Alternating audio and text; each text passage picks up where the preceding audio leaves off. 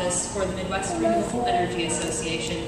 I just want to give you a little background about what we do and why green jobs and supporting that is important as well in Wisconsin.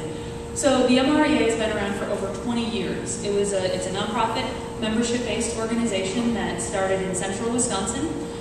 With the first energy fair, there were a number of homeowners and people who lived with renewable energy and wanted to share their experience, get people together and talk about challenges, opportunities, and this was 21 years ago. And it started the first energy fair. From that, these individuals organized the Midwest Renewable Energy Association. We've been having the Energy Fair ever since, which attracts about 25,000 attendees to central Wisconsin every year for the largest and longest running energy education event in the country. And our focus is really on education about energy efficiency and renewable energy. So there's a number of other organizations, which I'm sure we'll hear about, that does a lot of the policy initiatives and pushing for legislation, which is great. We're sort of where the rubber meets the road, and always based on looking at the grassroots support for clean energy and homegrown energy. Hi, thanks Jamie. Just a little disclaimer, I right now have just finished my haul as the One Sky organizer with Clean Wisconsin. So I spent the last year working on federal climate solutions, and now I'm transitioning to work on state level clean energy and climate work. So I think because of that, in a pretty good position to give you a legislative history and kind of where we are in the current legislative landscape here in Wisconsin. So I'm going to spend a couple minutes doing that right now, kind of keep it short because this is a little bit of a civics lesson for you all.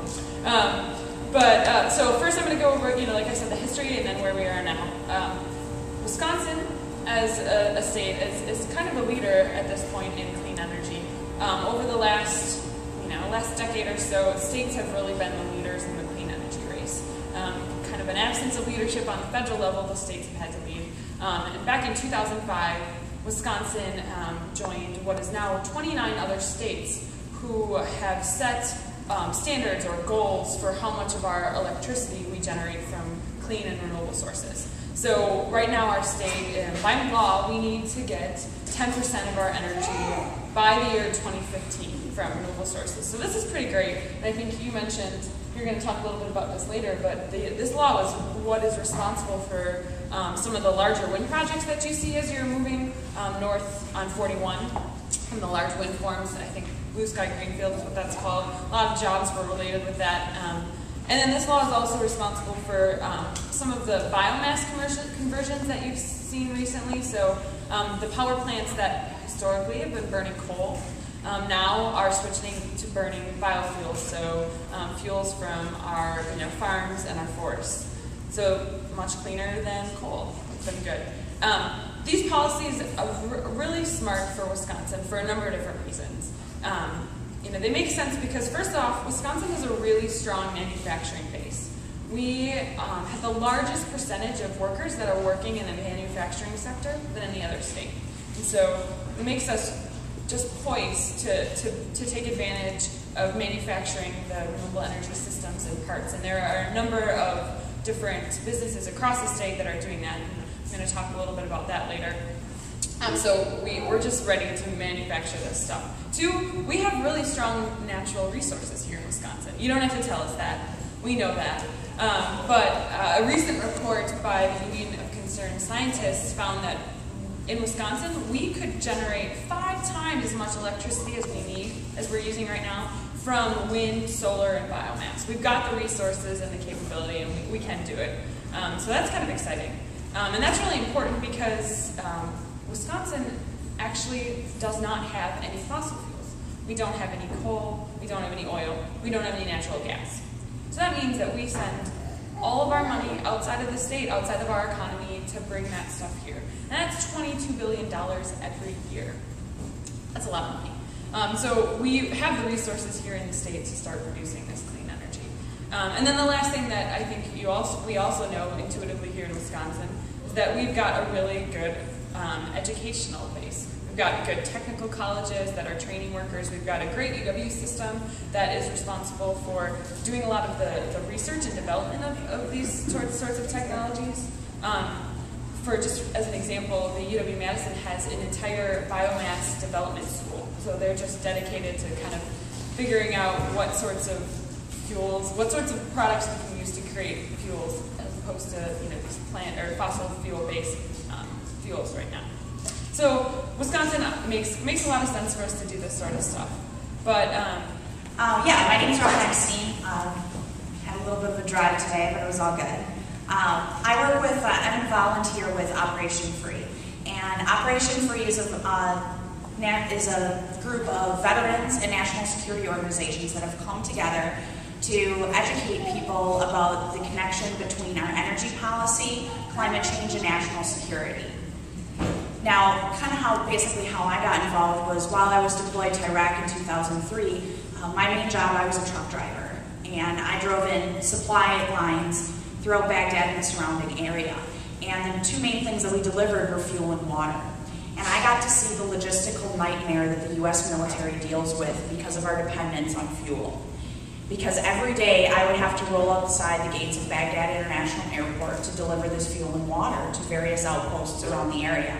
And I was a huge, slow-moving target for plenty of sniper fire, ambushes, and IEDs. So it was always a roll of the dice as far as whether or not I was going to even live or die that day to get this fuel to these outposts, who basically are completely vulnerable and cannot operate without it.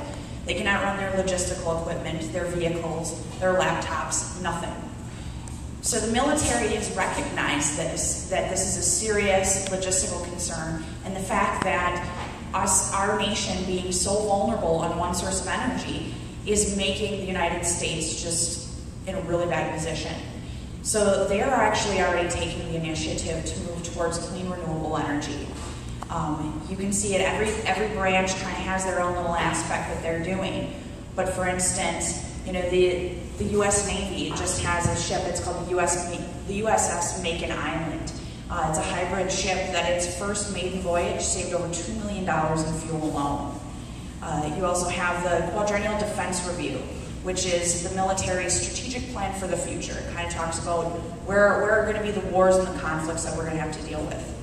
And it specifically lists climate change in there as an accelerant to the instability in regions around the world. So basically what you're looking at, and you can already see it in Afghanistan and Somalia and other countries, but you have these regions that are already unstable. Now you throw climate change on top of it. Okay, so then you have droughts, you have flooding, you have famine, you have these climate change disasters.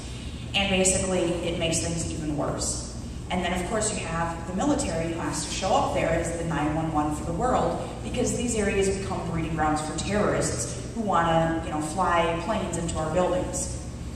So the military is completely taking this seriously, whether it's the fact that we're completely vulnerable because of this one source of energy, or because of climate change, or because of the fact that we're funding both sides of the war. Former CIA Director James Woolsey specifically stated that this is the second time in American history that we are funding both sides of the war, the first being the Civil War. And that's because every time we go to the gas pump, and that includes me because I have a car, we are helping to fuel terrorists. Because we are buying that money, or we're buying that fuel, and that money is going into the hands of countries who do not have our best interests at hand, including Saudi Arabia. We know that Saudi Arabia gives money to terrorists. They have been for years. And so what we have is we have our troops fighting over in Iraq and Afghanistan, and the bullets flying back at them are coming from money that we're giving them by going to the pump. And this has to stop.